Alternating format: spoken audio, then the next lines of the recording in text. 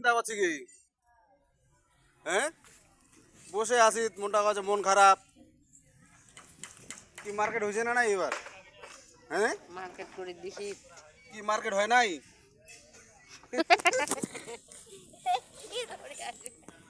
তুমি এখানে কি করতেছো মন খারাপ নাকি হ্যাঁ মন খারাপ কেন পূজার মার্কেটিং হয় নাই হয় নাই তাই নাকি এবার ঘুরতে যাবা না কোথাও যাইতে হবে কোথায় যাবে এবার ঘুরতে দিনাজপুর দিনাজপুর তাই নাকি ওখানে তো বলে 22 লাখ টাকা দিয়ে প্রতিমা বানাইছে ওখানে দেখতে যাবে নাকি যাবই বাহ ভালো